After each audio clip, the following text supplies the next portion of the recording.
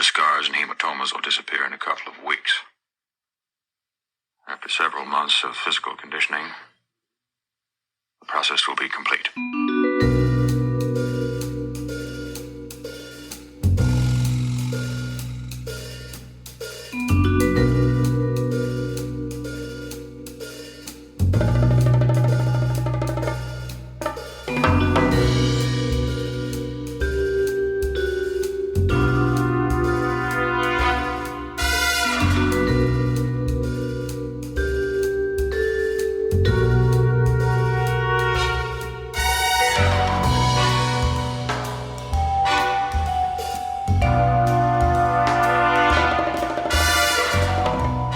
Welcome to episode 20 of the Horror Double Bill, the podcast where each week we pair two movies to create something far greater than the sum of their parts.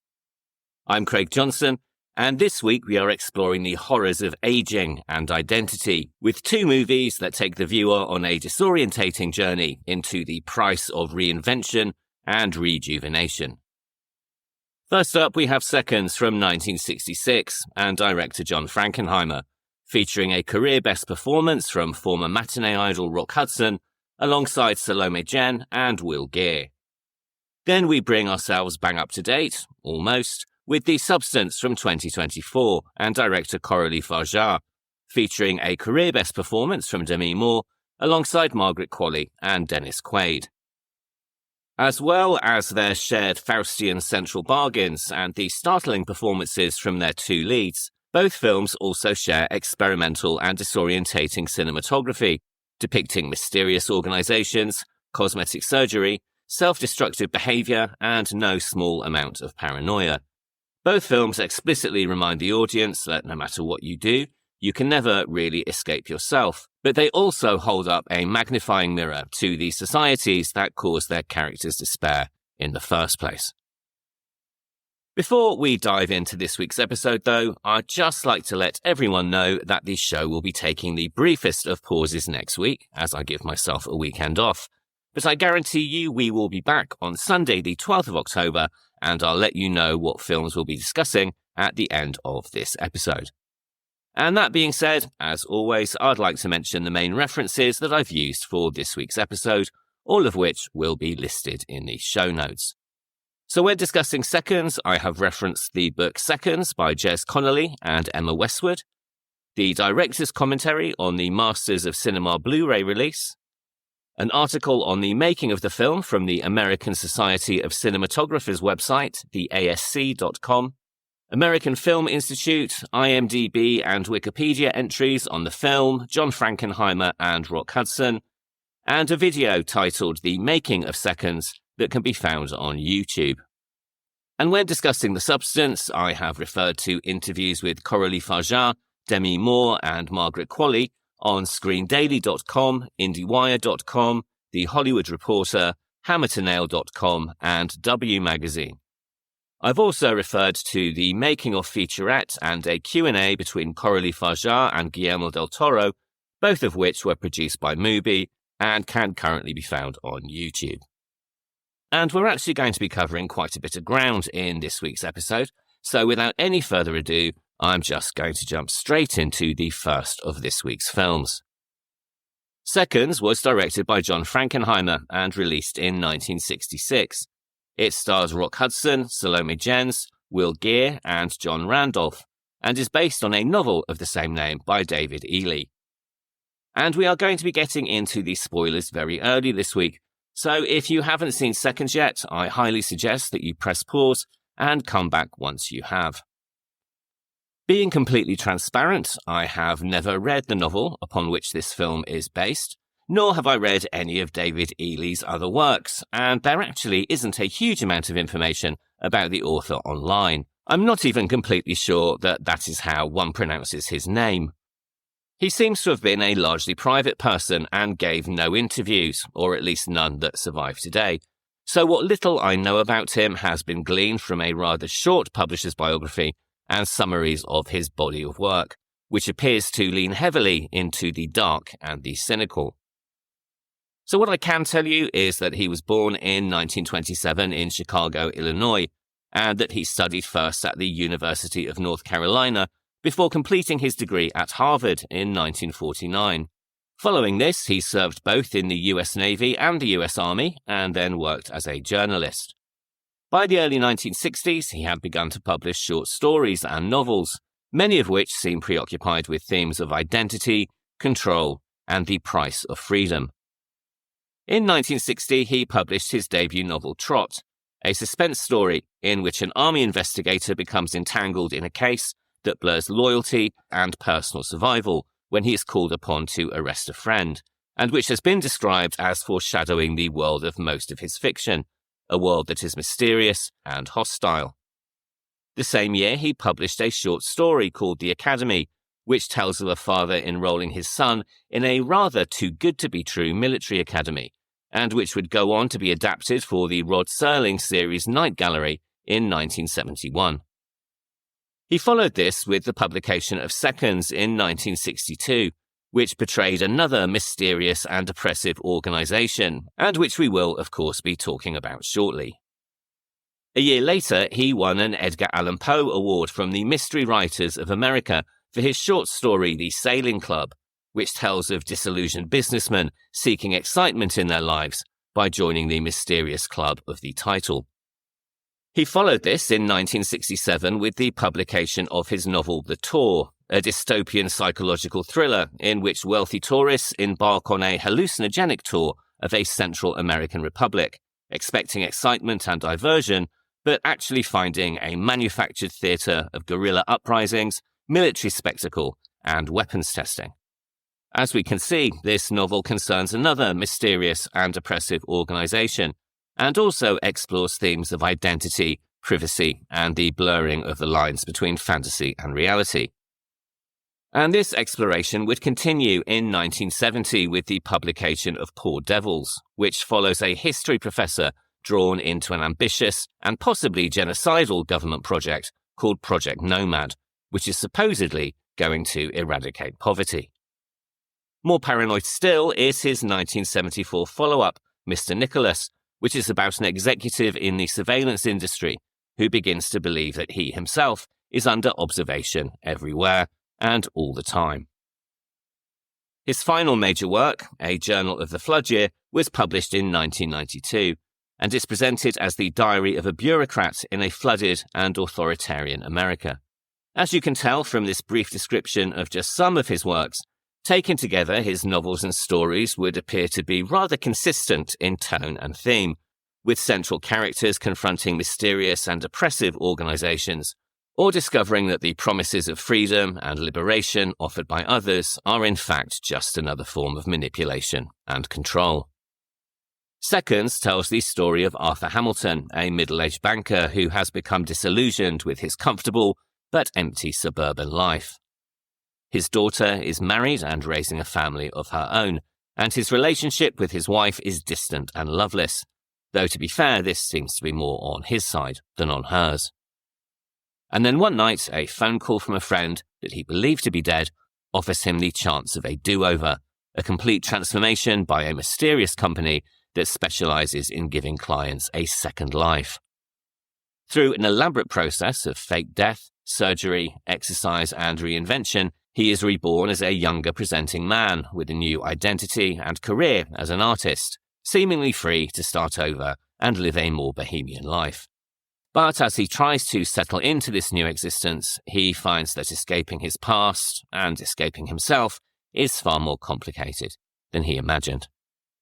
In 1964, it was announced that the film rights to the novel had been acquired by the actor Kirk Douglas for $75,000, which today would be just shy of $800,000. Douglas had just released the highly successful political thriller 7 Days in May, a film that would go on to be nominated for 2 Academy Awards and several Golden Globes, which had also starred Burt Lancaster, Frederick March, and Ava Gardner. It had been directed by John Frankenheimer and produced by Edward Lewis, and Douglas was keen to repeat the relationship and also, hopefully, the success. The plan was for Seconds to be the inaugural project for the newly formed Douglas and Lewis Productions, and became part of a 2-picture deal established with Paramount Studios. Born in 1930 in Queens, New York City, John Frankenheimer served in the US Air Force, where he worked in a unit dedicated to motion pictures and photography. This experience gave him hands-on training in lighting, editing, and camera operation, and so on leaving the military, it was quite natural that he would move into television. This was the 1950s, a time when the medium was still developing, and when dramas would be televised live. Beginning with CBS, he worked as an assistant to Sidney Lumet, before directing live TV dramas for shows like Climax and Playhouse 90. This period was known as the Golden Age of television, and was really where he developed his skills and also established his reputation as a director of incredibly tightly staged productions. It has been said that he would quite happily have remained directing live TV performances for the rest of his life, but before long the medium had moved on, and so had Frankenheimer. His transition to feature films began with The Young Stranger in 1957, a low-budget drama about juvenile delinquency, which he followed with The Young Savages in 1961, another delinquency story but with a larger budget and a starrier cast, including Burt Lancaster and the debut movie appearance by Telly Savalas. While the film itself received very mixed reviews, with some calling it a non-musical version of West Side Story, Variety at least said that it was, quote, inventingly and arrestingly directed by John Frankenheimer, end quote. A year later, he directed The Birdman of Alcatraz, which again starred Burt Lancaster and Telly Savalas, and this told a largely fictionalized version of the story of Robert Stroud. Stroud was a federal prison inmate who became known as the Birdman of Alcatraz because of his studies of birds whilst incarcerated, and who was sentenced to solitary confinement after killing a prison guard. Based on a 1955 novel of the same name, it was nominated for several Academy Awards, including Best Actor in a Leading Role for Burt Lancaster, Best Actor in a Supporting Role for Telly Savalas, Best Actress in a Supporting Role for Thelma Ritter, and Best Cinematography, Black and White category. That same year, he released The Manchurian Candidate, a Cold War political thriller that has since become his most iconic work, starring Frank Sinatra, Lawrence Harvey, Janet Leigh, and a quite remarkable performance from Angela Lansbury. The film tells the story of American soldiers captured during the Korean War who were brainwashed into becoming communist sleeper agents. Released at the height of US and Soviet tensions and the Cuban Missile Crisis, it is a film about paranoia, conspiracy, and corruption, and was a critical success, as well as earning an Oscar nomination for Angela Lansbury, as well as a nomination for Best Editing. I've already mentioned 1964's 7 Days in May, and in the same year he also released The Train, which was a taut wartime thriller, again starring Burt Lancaster, as well as a more international cast of Jean Moreau, Paul Schofield, and Howard Vernon from Alphaville and The Awful Dr. Orloff. Like its predecessor, the film earned itself an Oscar nod, this time for Best Story and Screenplay written directly for the screen, and it also earned the director a BAFTA nomination for Best Film. As we can see, by the time that he joined the production of Seconds, he had already established a reputation as a bold and innovative filmmaker, and I think it's fair to say that, the central performances aside, this is very much a director's movie, and a visionary one at that. From the very start, we are in the realms of experimental filmmaking, certainly for the time at least. Under the violins and organ of Jerry Goldsmith's discordant and atonal score, the viewer is confronted with extreme close-ups of distorted body parts, eyes multiply in front of us, lips part and twist into elongated shapes, and the camera disappears into an ear canal. The opening montage and the titles were designed and shot by Saul Bass, who famously designed the credits for many Hitchcock movies, including Psycho and North by Northwest. The morphing body parts and multiple eye images are something that we will see again in our second movie this week, The Substance, though in that case it is through the benefit of special effects makeup, as opposed to reflections filmed on a twisting sheet of mylar. This film, Frankenheimer appears to be telling us, is going to be about the body and about image and distortion, and it's going to make you, he warns, very, very uncomfortable. In an interview in 1969, Frankenheimer said, quote, In Seconds, the idea of distortion was terribly important.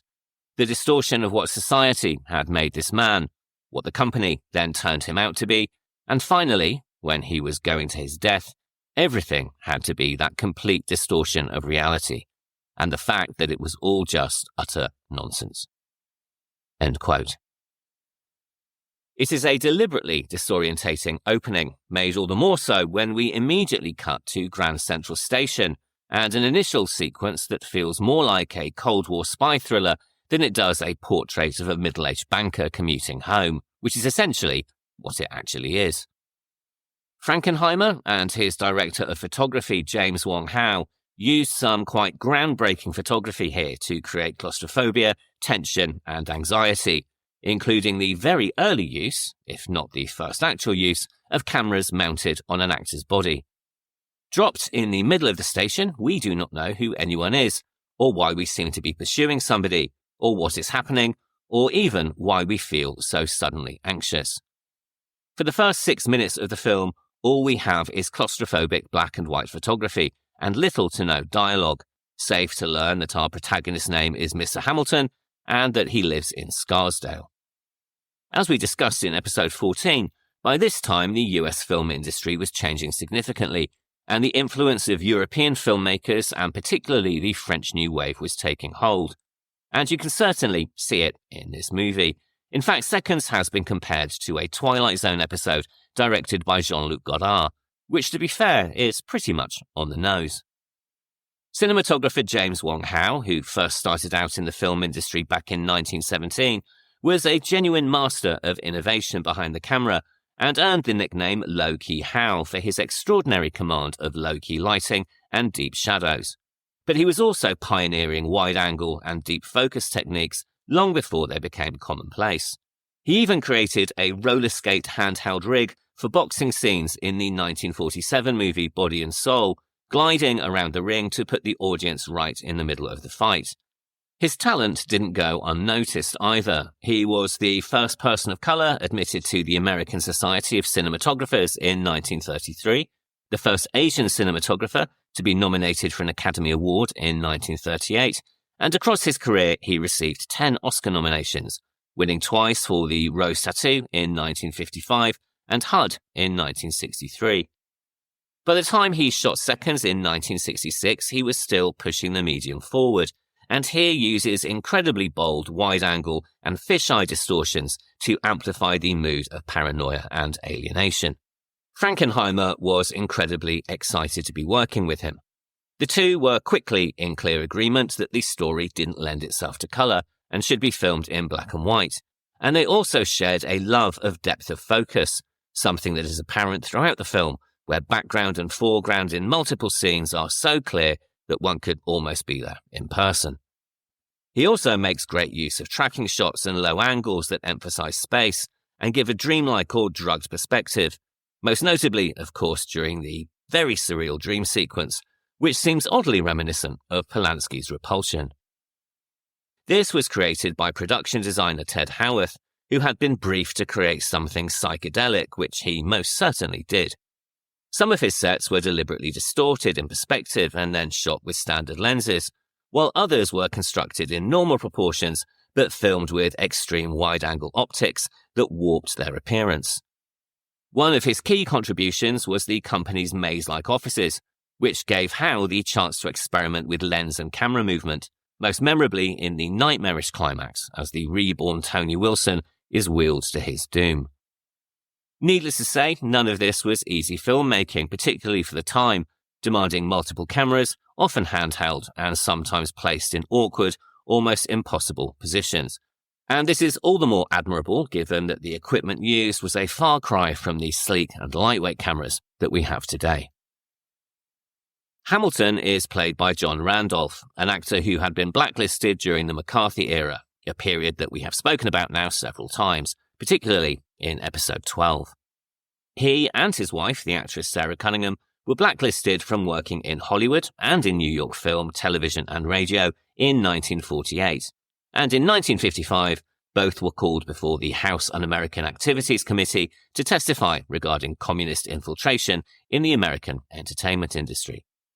He and his wife refused to answer questions, citing the Fifth Amendment, something that was reported on in the newspapers under the headline, "Six Entertainers Defy Un-American Probers in Red Theatre Quiz." Randolph was actually one of the last blacklisted actors to regain employment in Hollywood films, and this was when Frankenheimer cast him for the role of Hamilton. This role would reignite his career, leading to roles across both film and television right up to his death in 2004.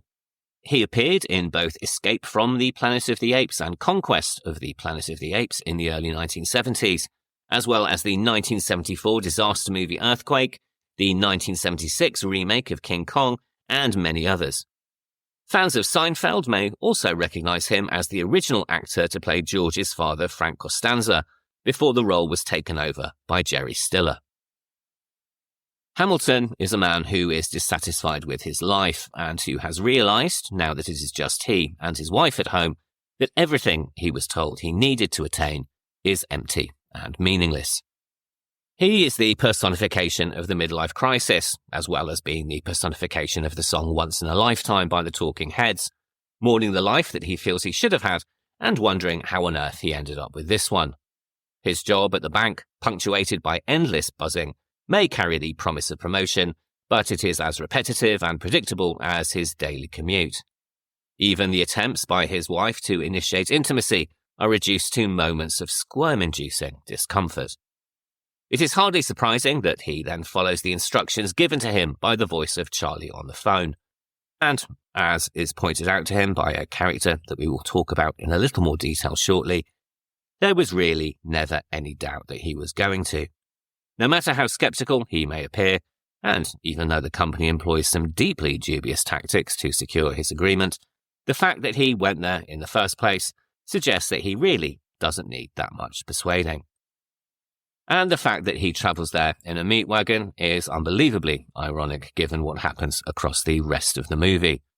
In this world, Hamilton is little more than livestock, even if he doesn't know it just quite yet. And this, of course, is only proven at the climax, when he is discussed quite simply as, quote, requisition from dayroom stock, end quote. To be fair to Hamilton, even if he had genuinely wanted to back out of the deal, it is doubtful that he could have stood up to the gentle and Machiavellian persuasiveness of the character played by Will Geer, who is billed only as the old man in the film's credits. And although he is nameless as the founder of the company, he may as well be Lucifer himself, or at least Mephistopheles, come to earth in his suit and bow tie to secure yet another Faustian deal. Geer was another actor who had been blacklisted in the 1950s and who was indeed a member of the Communist Party, though he is probably much better known as Grandpa Walton in the series of the same name. His performance here is scene-stealing, not least the malevolent look in his eye and the cold, fixed smile as he pushes Hamilton to commit, saying, "I have a message from Charlie. He told me to tell you that rebirth is painful. Isn't it easier, though, to go forward when you know you can't go back? But you knew that, didn't you? The minute you hung up on Charlie after that first call. The fact is, you really don't want to go back. Sakes, boy, you owe yourself this thing. Rebirth, life again, begin again, all new, all different.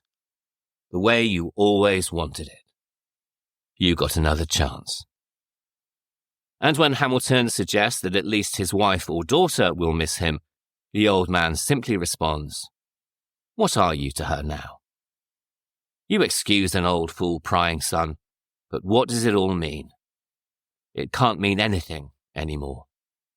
There's nothing anymore, is there? Anything at all." According to Frankenheimer's widow, this idea of escaping one's life and of starting over again was something that was very much in the air by the time the film was being made, when the love generation promised freedom and escape from the suburban dreams or nightmares of the 1950s. Hamilton doesn't understand where everything went wrong, but he does recognize that the things he was told were important, the job, the house, the marriage, really aren't. And that was an ethos that was very much the spirit of the decade. And this spirit is, of course, something we see in the bacchanalian wine-stomping scene which, to be honest and to my mind, goes on for far too long, but in which we see Tony finally experience a rebirth, if only for a few moments. Frankenheimer was by all accounts fascinated by the overall message of the novel, that you can never really escape from yourself, and this is certainly one of the overall points of the movie. Hamilton may have extensive surgery and be offered a new life as Tony Wilson, but he is doomed to make the same mistakes again and again and again, mainly because he doesn't understand what they are. When he returns to the company as Wilson at the end of the film, he explains to his former friend Charlie, quote, "I had to find out where I went wrong. The years I've spent trying to get all the things I was told were important, that I was supposed to want, things, not people or meaning, just things. And California was the same. They made the decisions for me all over again, and they were the same things, really. It's going to be different from now on. A new face and a name. I'll do the rest. I know it's going to be different." When Kirk Douglas was attached to the project, the original plan was for both Hamilton and his reborn second, Tony Wilson, to be played by him. And when Douglas pulled out from starring in the project, the next in line to be considered was Laurence Olivier, an actor who Frankenheimer believed was the only other person, apart from Douglas, who could pull off playing two roles. Frankenheimer travelled to the UK and met with Olivier, who was very interested in the role. However, the studio wanted a much bigger name star, and instead suggested Rock Hudson. Frankenheimer knew Hudson mainly as a light comedian, and wasn't immediately sure that the actor was right for the role, particularly playing two parts. However, this changed on meeting him. Hudson himself confessed that he didn't think he would be able to play both the older Hamilton and the younger Wilson, and suggested that Frankenheimer cast two actors instead, something which had not yet been considered, but which now seemed to make perfect sense. Rock Hudson was born Roy Harold Scherer Jr. in Illinois in 1925.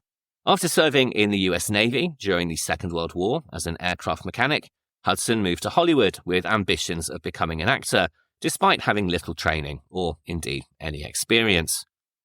Through sheer persistence, and no doubt through his good looks and presence, he caught the attention of Henry Wilson, a powerful agent in Hollywood who was known for shaping handsome young men into matinee idols. And it was he who changed Roy Scherer's name to Rock Hudson, which was deliberately chosen for its strong and rugged connotations.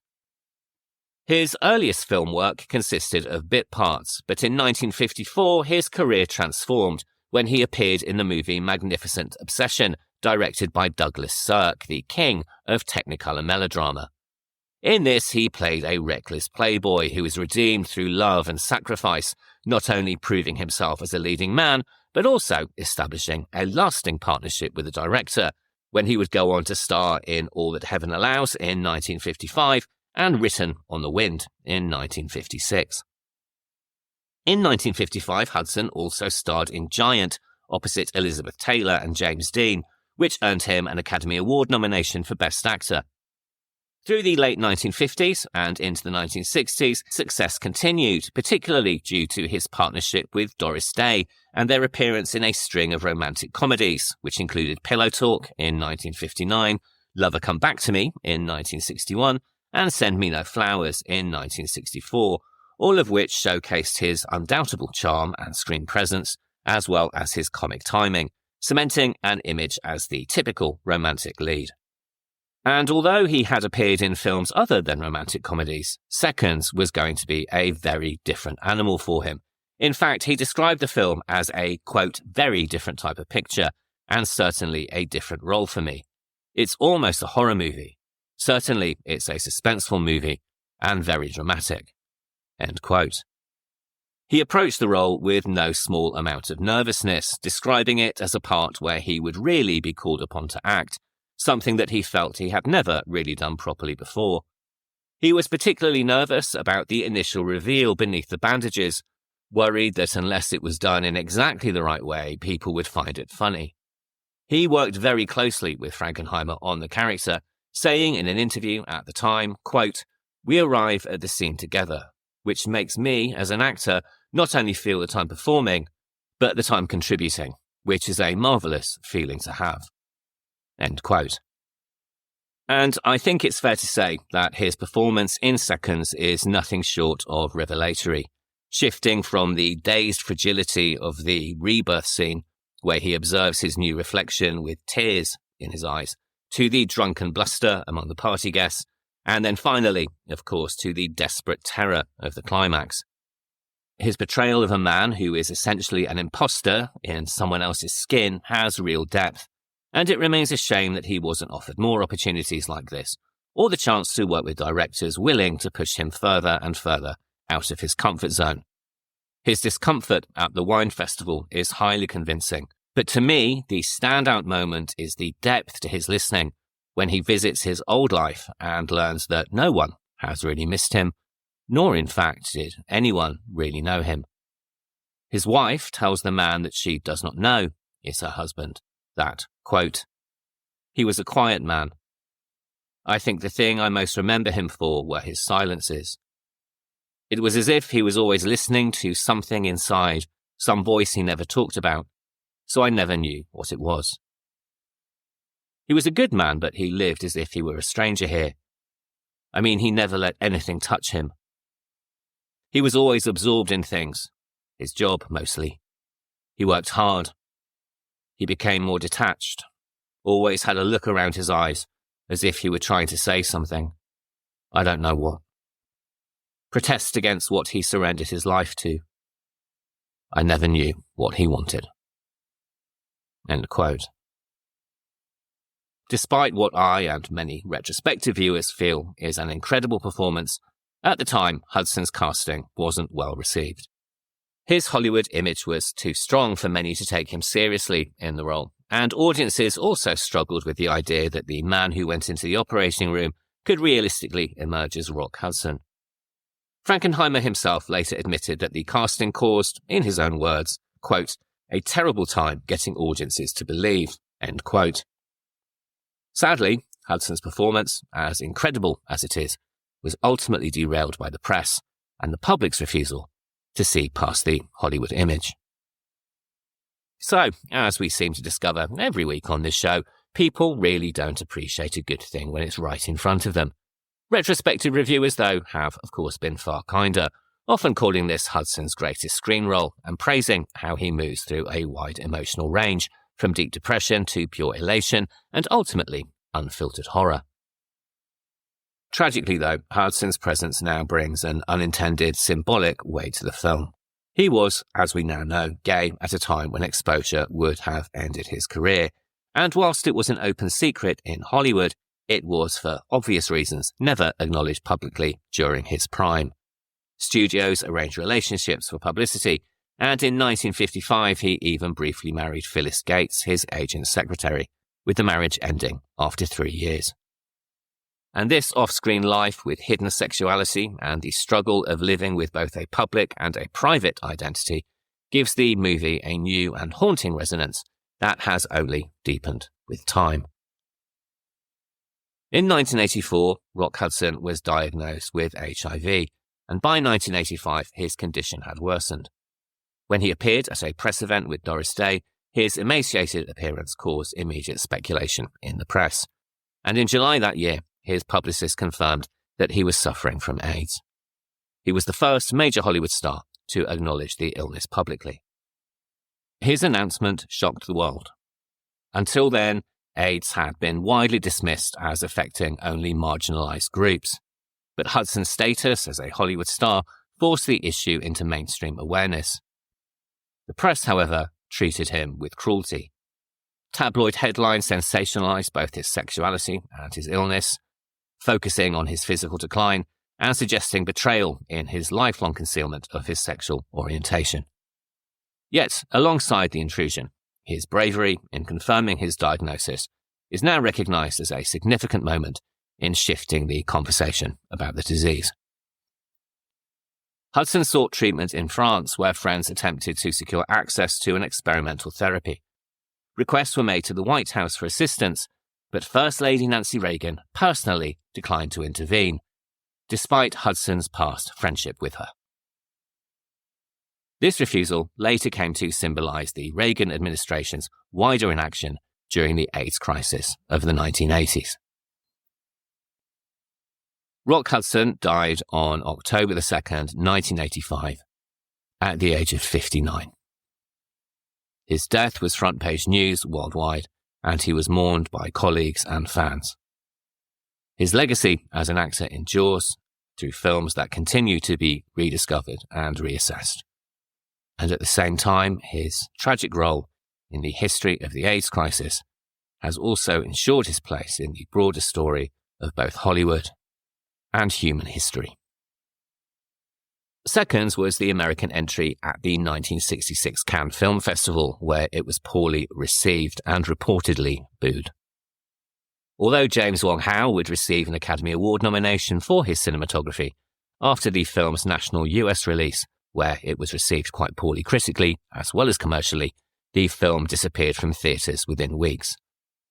John Frankenheimer called the film a disaster, though he was, of course, happy to see the film re-evaluated and reappreciated in the following years.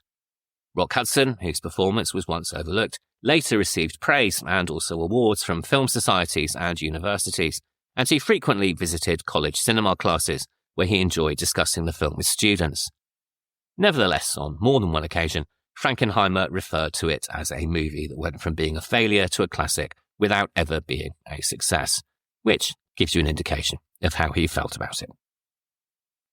Fortunately, in the same year as Seconds, Frankenheimer also released the movie Grand Prix, which was a critical and financial success, and which became one of the 10 highest-grossing films of the decade, nicely offsetting the financial failure of Seconds and securing his ability to continue working. In 1975, he directed The French Connection Part 2, and whilst William Friedkin is of course a tough act to follow, and the script was not as good, he acquitted himself admirably. A little less admirable was a film that he directed in 1979, which was called Prophecy, and this is an ecological horror movie involving mutant bear creatures born of pollution, and I have to say, it's pretty terrible.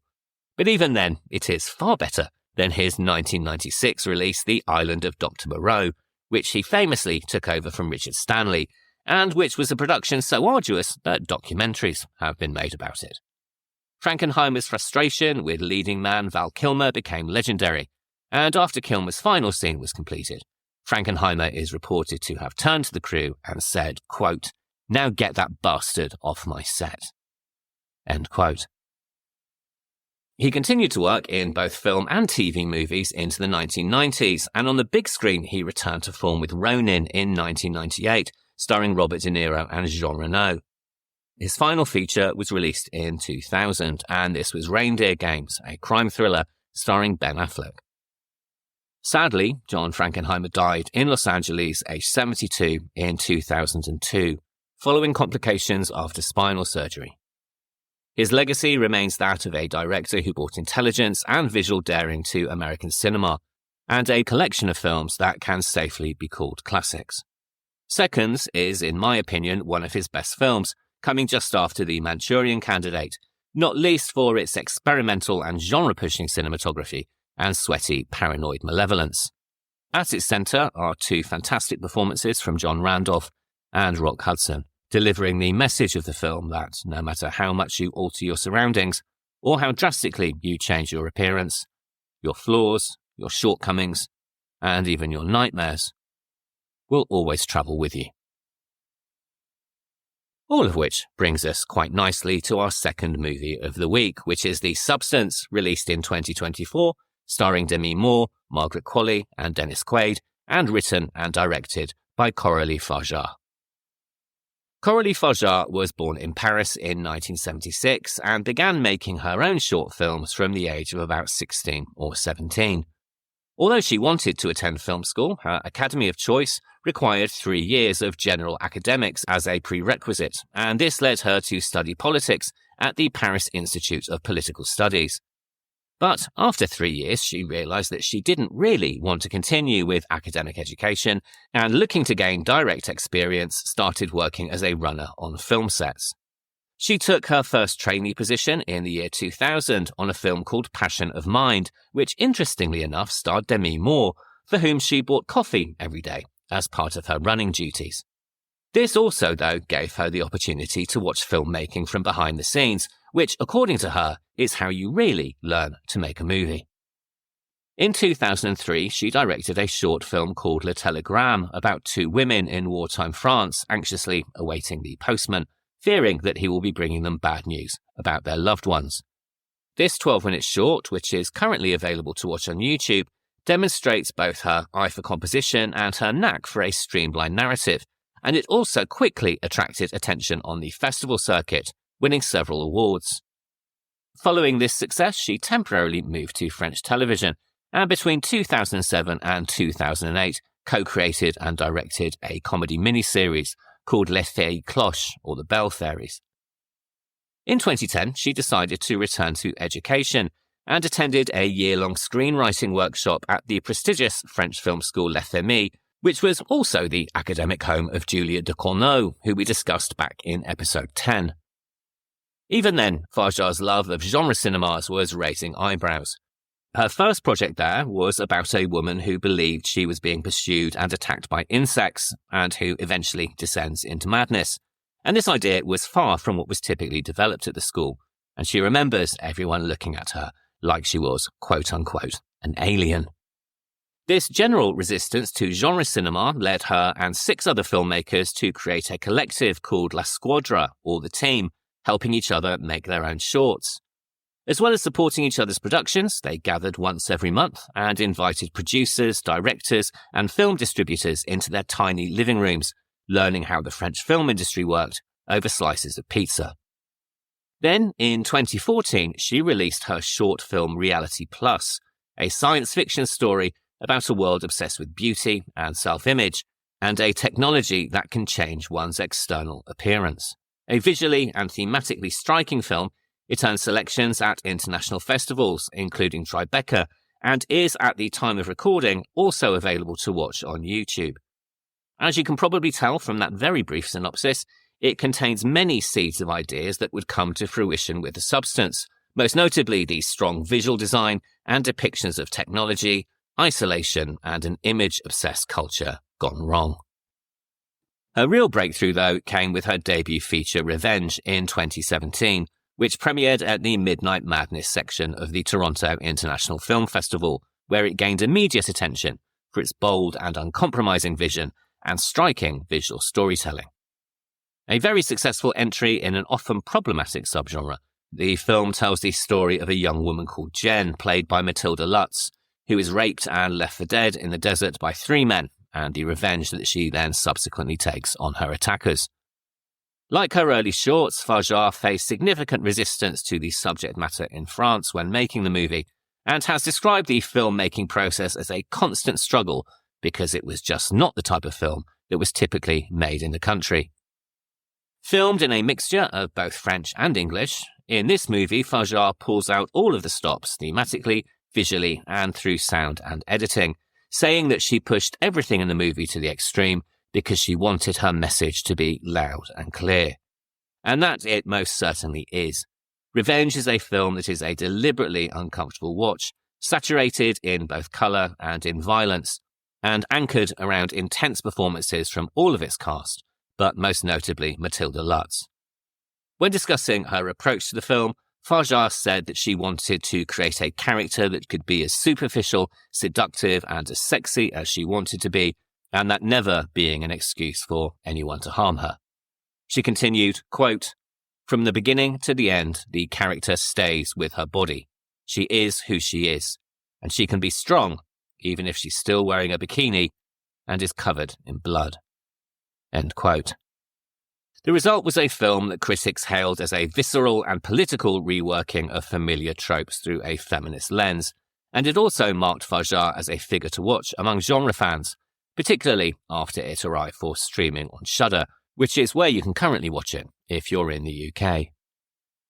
In addition to her film work, she has also contributed to international television.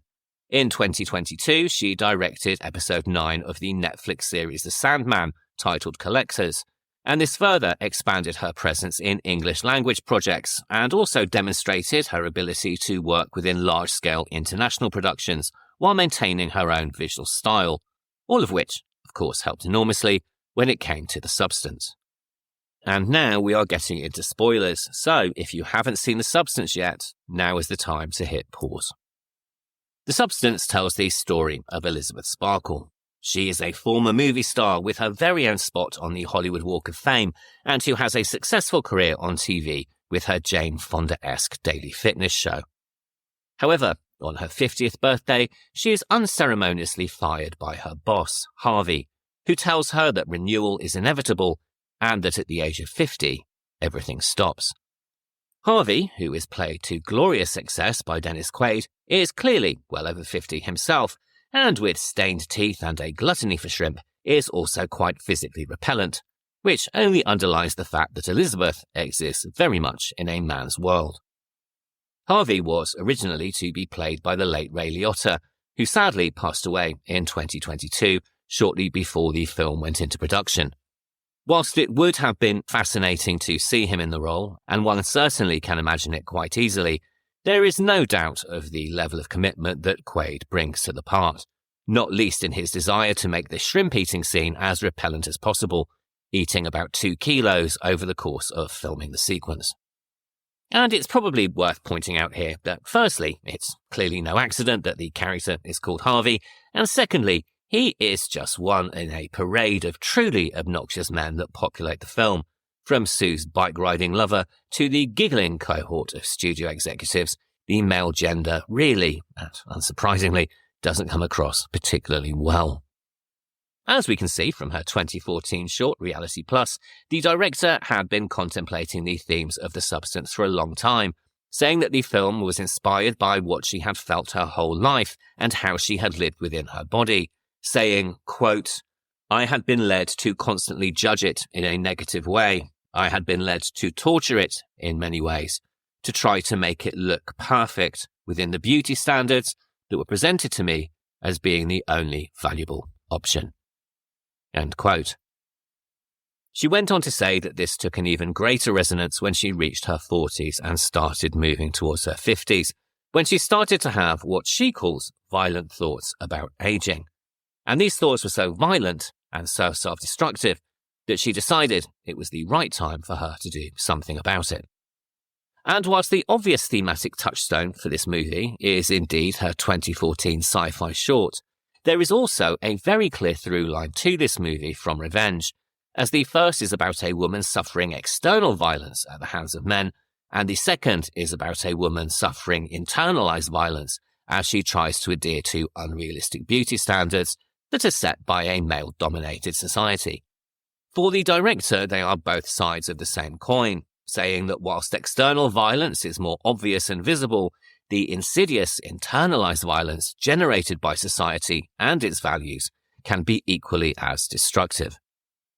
From the outset, she knew that the film would be bold and provocative, and she chose to write the script on spec, beginning with what can only be described as the birth of Sue, though at the time the characters had no names, or indeed anything else. Fargeat has described this scene as essentially containing all of the core DNA of the movie. It is an incredibly visceral moment with no words, and as she puts it, quote, "A madness that goes more and more, and that gives frames that are crazier and crazier, and of course all of the flesh that I'm going to film in very macro shots." End quote.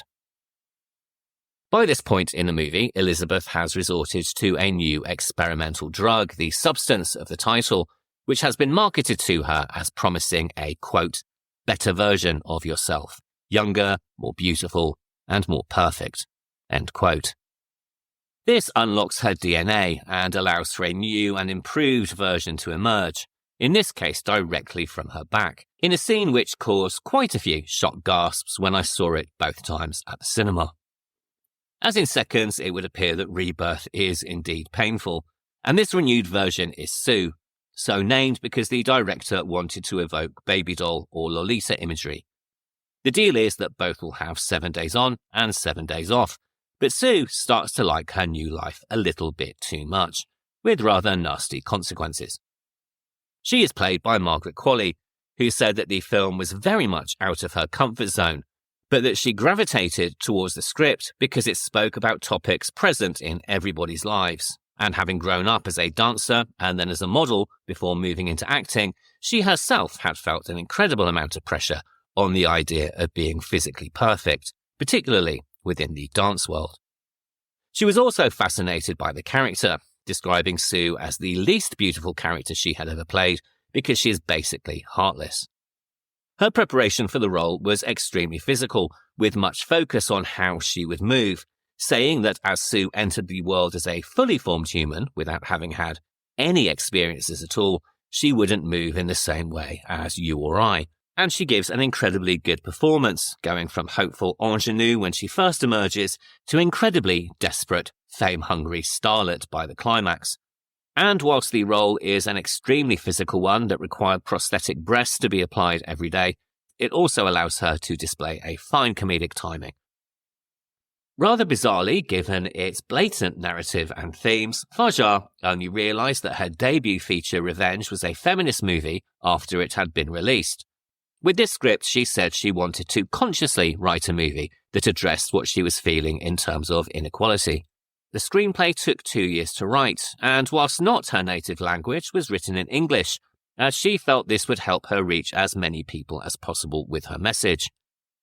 She has consistently described the film as both horror and satire, saying that she wanted to embrace the humour that arises when horror escalates beyond reason, and that combining laughter with shock was essential to how she wanted the audience to experience the story. The finished screenplay went into an incredible level of detail, stating in very precise terms everything that she planned to film so that anyone who came on board would understand exactly what she intended to make. And this level of detail is also incredibly important because the substance is an incredibly visual film. Of the 146 pages of the original screenplay, only 29 are devoted to dialogue. The visual elements of the film, and also some narrative ones, are of course not without their cinematic reference points, and Fargeat is incredibly honest about her inspirations and homages, listing Cronenberg's The Fly, Kubrick's The Shining, De Palma's Carrie, and the films of John Carpenter as key references. And it makes absolute sense that this film would wear these references on its hyper-stylized sleeve. The world of this movie is not meant to be the real world. It is instead a strange, cartoonish hyper-reality with day-glow colours, pop-art hallways, and TV programmes that are just advertised as New Show or New Year's Eve Show, creating an imagined Los Angeles in a heightened and stylised world. A significant criticism of the film has been that it lacks substance, but that really is the point. The whole world of the movie is without substance and meaning. There is no nuance here, no subtlety, no empathy, and no warmth. This is the world that the film is portraying, and in stripping away those qualities, it leaves us with an exaggerated mirror of modern culture, glossy, hollow, and very sadly, becoming more and more familiar by the day. Much like Seconds, the film is shot with a deliberately disorientating lens, courtesy of DP Benjamin Krakoun, using helmet and body cameras, handhelds, crane shots, fisheyes, and extreme close-ups. It comes as no surprise to hear Fargeat say that she is far less interested in realism and violence, but in transcending it and creating something that almost becomes like pop art. As the writing progressed, it became clear that the substance was a film that defied categorization, a genre piece that was also funny, heavily stylized, and deeply unconventional. Based on prior experiences, the director realized that in France, such an approach would inevitably encounter restrictions and limitations. Fortunately, though, the success of Revenge had brought her to the attention of Hollywood, and for a brief moment she was in the frame to direct the Black Widow movie for the Marvel Cinematic Universe. Although that didn't come to fruition, the moment felt right for her to begin collaborating with American partners. She was clear, however, that she did not want to fall into the trap of other French directors who had gone to the US to make projects they hadn't written and who had subsequently lost creative control. Through her Paris-based company Blacksmith, Fargeat partnered with working title co-chairs Eric Fellner and Tim Bevan, seeing them as a strong bridge between the US and Europe. Universal Studios then became attached, but very importantly, her contract stipulated that she had the final say on the cut of the film. This allowed her to shape the shoot to the specific needs of the film and to also grant herself maximum creative freedom, something that would become incredibly important as the production continued. The key to the movie, though, was finding the right person to play Elizabeth Sparkle. Fargeat wanted an actress who would be iconic, who would symbolise what the movie is about, though she also knew that it would basically mean confronting an actress with her own worst fears. There were several flat-out rejections, and then one day Demi Moore's name was mentioned. Although Fargeat almost dismissed it outright, she sent the script anyway, telling herself that there was nothing to lose. And then came the surprise. Demi Moore was interested.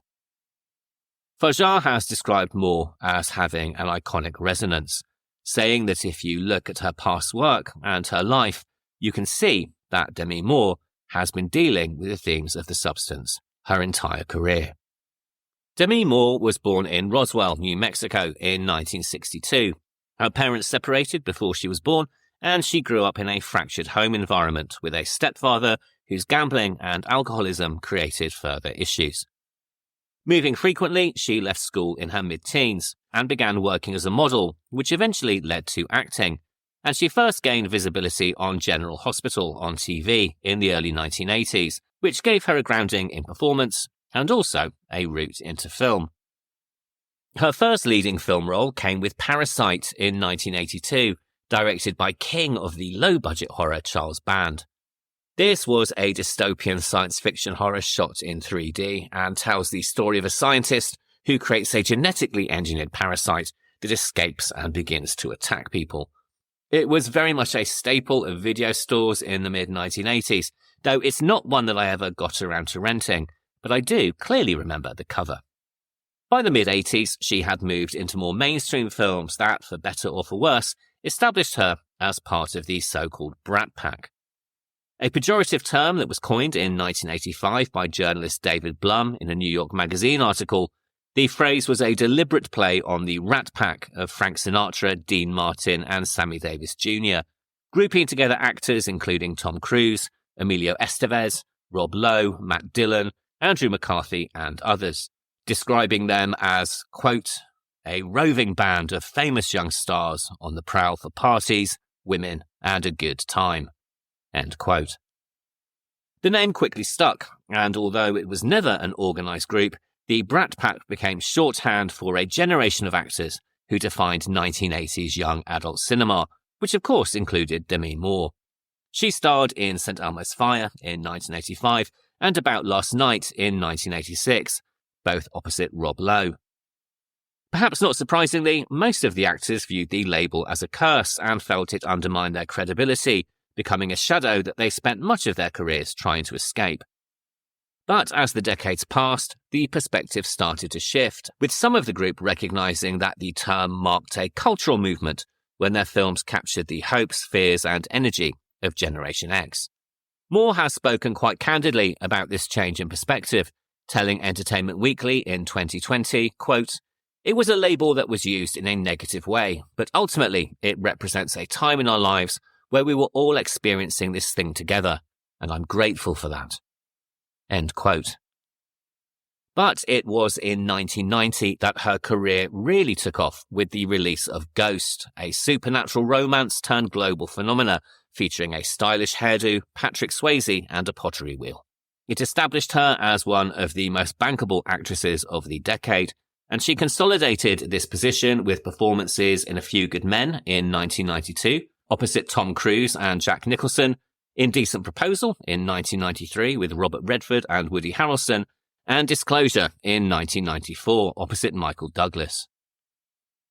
I have to admit, many of these films passed me by, and I have in fact never seen Ghost or Indecent Proposal, but a film of Moore's that I did enjoy is The Seventh Sign, released in 1988 just before her career went supersonic. Also starring Michael Biehn and Jürgen Prochnow, the film is a biblical apocalypse story in which she plays a pregnant woman whose unborn baby may be linked to the end of the world. I haven't seen it in years, so I can't say how it's held up, but I did very much enjoy it at the time.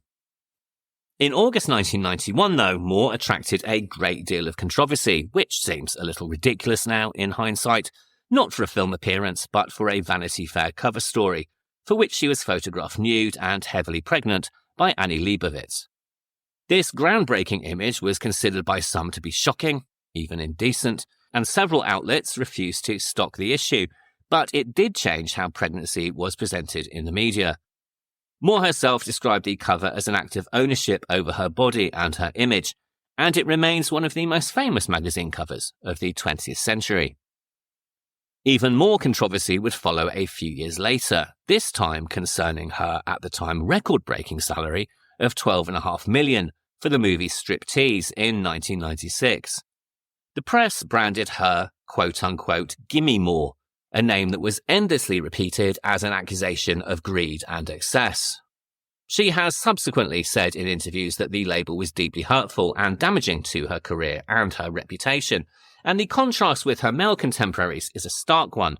Her then-husband, Bruce Willis, was commanding even higher salaries at the time, but his earnings were framed as proof of his star power. The commercial failure of Striptease, though, only intensified the narrative, and reports of diva-like behaviour during the filming of G.I. Jane in 1997, which may have been exaggerated or even invented, reinforced a caricature of a demanding and overpaid star. Personally, I think it's fair to say that the media deliberately went out of their way to besmirch her reputation, and her work was often eclipsed by coverage of her personal life, including her divorce from Willis in the year 2000. Against this backdrop, she staged what was described as a comeback in 2003, though in reality she hadn't really been anywhere, with Charlie's Angels Full Throttle, in which she played Angel Gone Bad Madison Lee. Much of the press at the time focused on her appearance, particularly her physique at 40, with many accusations of secret cosmetic surgeries. Her age and appearance was commented on again and again when she married Ashton Kutcher in 2005, with the media positively frothing at the mouth over the difference in their ages, something that would be brought up yet again when they divorced in 2015.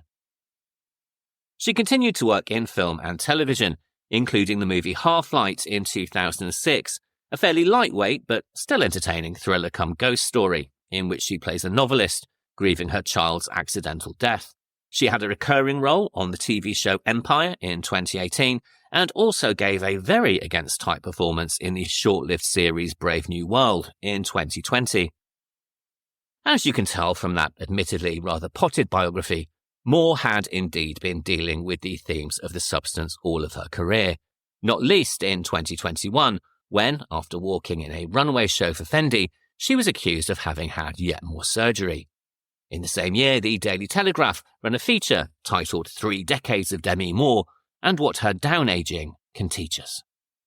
Charming. Reading the screenplay for The Substance, Moore said that she was equally moved and blown away, saying, quote, "It definitely took some time to process and digest. I think the film is about the fear of what other people think, of not measuring up, that compare and despair. That idea really moved me and made me want to step in and explore the depths of that heartache." End quote. She went on to say that what really struck her about the screenplay was the depiction of harsh violence that we inflict upon ourselves, saying that it's not what's being done to you, it's what we do to ourselves that is the problem.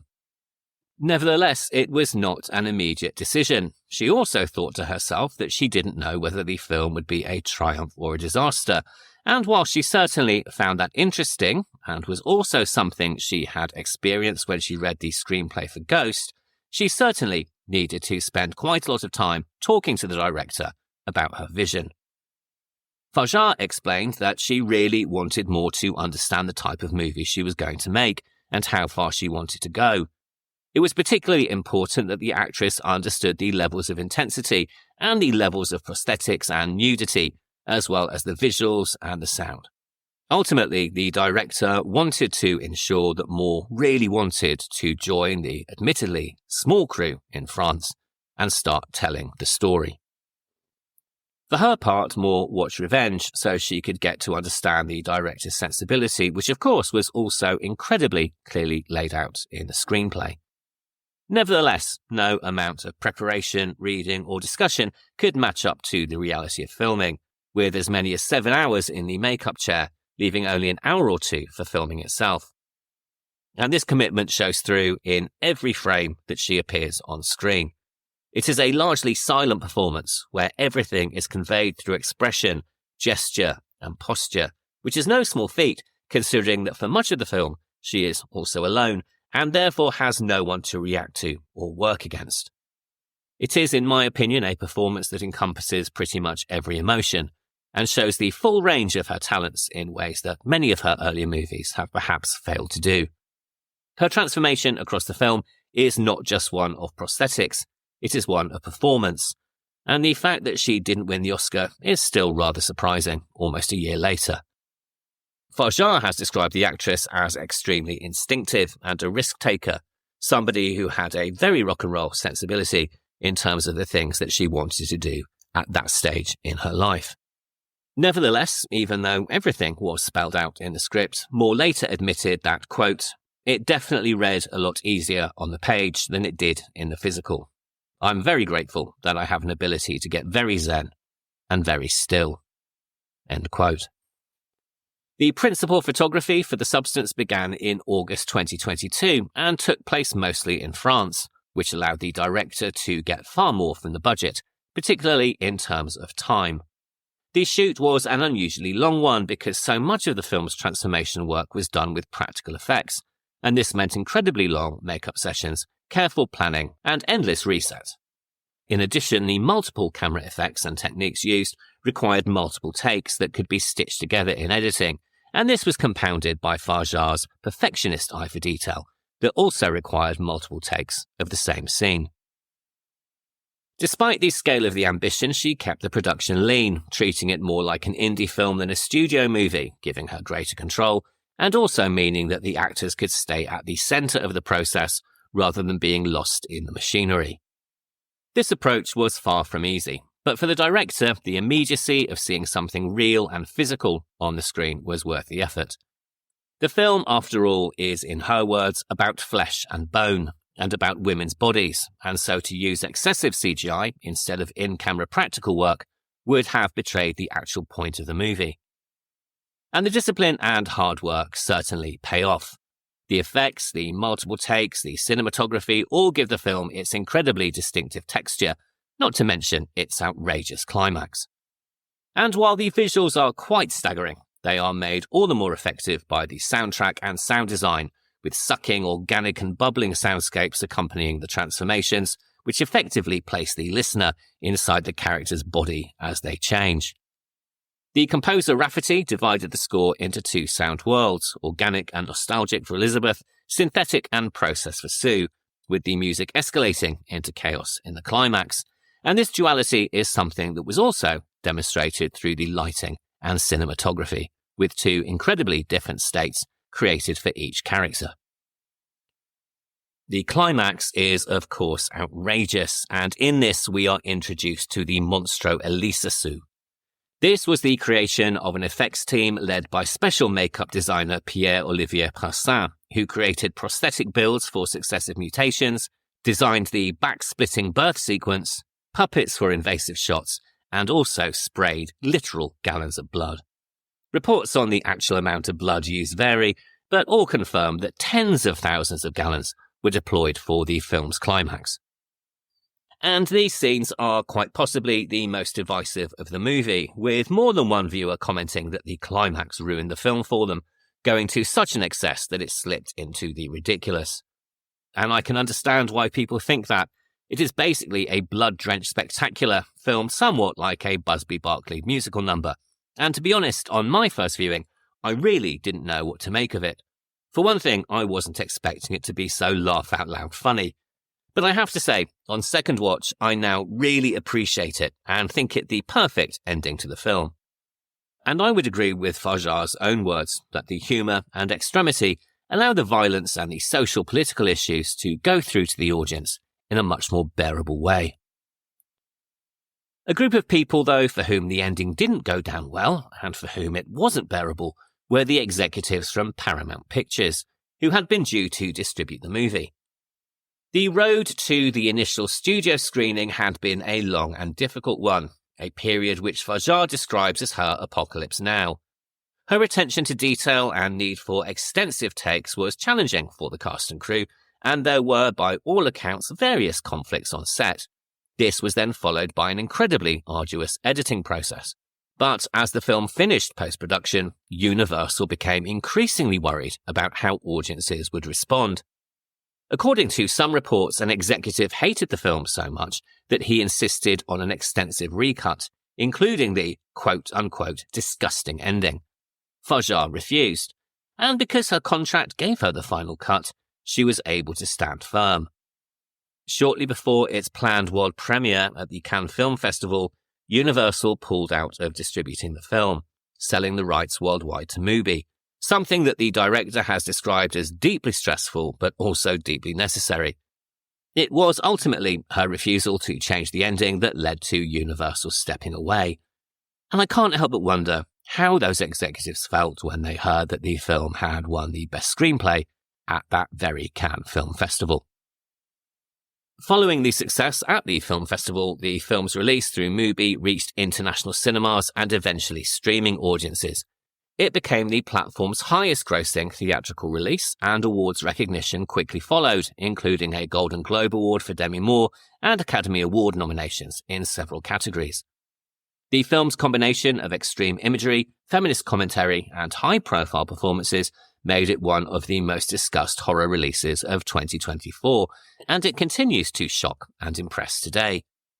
The aggression that Sue and Elizabeth feel and display to each other is the ultimate in self-hatred, but it is also the hatred of generations, the older loathing the younger for her freedoms and success, and the younger hating the older for supposedly holding her back, not realizing that she is her reason for existing. As both the director and the star have expressed, the film is about the uncontrollable violence that we inflict on ourselves in order to conform, as well as the impossible beauty standards against which we measure a person's value. But it's also a story about loneliness and isolation. Part of the tragedy of Elizabeth Sparkle is not just in what she does to herself, but in the fact that she is also completely alone in the world. There are no friends, no family, no one to check in on her, and one wonders if these are things she sacrificed in her pursuit of stardom. In any case, despite her spacious apartment and supposed success, when push comes to shove, all that she has is herself and her memories of fame. One of the criticisms that I've heard more than once about the movie is not understanding why Elizabeth would take the substance in the first place, given that she didn't really know what it would do, or indeed, why she continues once she does. I think the very sad answer to that question is because she literally has nothing left to lose. Seconds and the substance are, of course, both linked by their theme of rebirth and renewal gone wrong, with their protagonists trying and failing to either rework their past or reshape their future. Both films use the conceit of different actors playing different aspects of the same person, underlining the fractured nature of identity, and both feature boundary-pushing and surprising performances from their leads, two actors that come with no small amount of Hollywood history attached. And despite one being in black and white and the other in garish and plastic hypercolour, both share experimental camera work and also, quite clearly, a love for a long corridor. But where the pressure in Seconds is that of the mid-century middle-class fantasy, career, family, and suburban respectability, the substance explores the brutality of contemporary female experience, where value is measured in youth and beauty. Hamilton/Wilson realises far too late that the life he was told to want was never worth the effort, leaving him hollow and directionless. Elizabeth Sparkle, on the other hand, probably knows that her world is shallow from the outset, but destroys herself in a frantic attempt to preserve it. One film is deeply male in its anxieties, and the other is unapologetically feminist. And yet both, at their core, grapple with identity, social pressure, and the sinister allure of mysterious organisations that promise reinvention and renewal. As long as you're willing to pay the price. All of which brings me to the end of this week's episode. So it just leaves me to say thank you for listening, and I hope that you have enjoyed the show. If you have, please remember to rate, review, and subscribe wherever you listen to podcasts. And if you have any thoughts on any of the films we've discussed so far in the series, you can write to me at thehorrordouble@gmail.com, and you can also follow the show on Instagram at thehorrordouble. As I mentioned at the top of the show, there'll be no episode next weekend, but we will be back on the 12th of October with a couple of shapeshifters. So, first up when we return is Cat People from 1943, produced by Val Lewson, directed by Jacques Tourneur, and starring Simone Simon, Kent Smith, and Jane Randolph. And then we follow that with The Company of Wolves from 1984, from director Neil Jordan, and starring Angela Lansbury, David Warner, and Sarah Patterson. So if you want to watch along, you have 2 weeks to do so. And if you're in the UK, Cat People is currently available to watch for free on the BBC iPlayer, as well as being available to rent from most streaming services. And The Company of Wolves is available to watch for free, albeit with ads, on ITVX, as well as for rental from Apple TV, Amazon, or via the BFI player. So I'll be back on the 12th of October for the discussion, and until then, thank you very much for listening, and have a really great fortnight. Goodbye.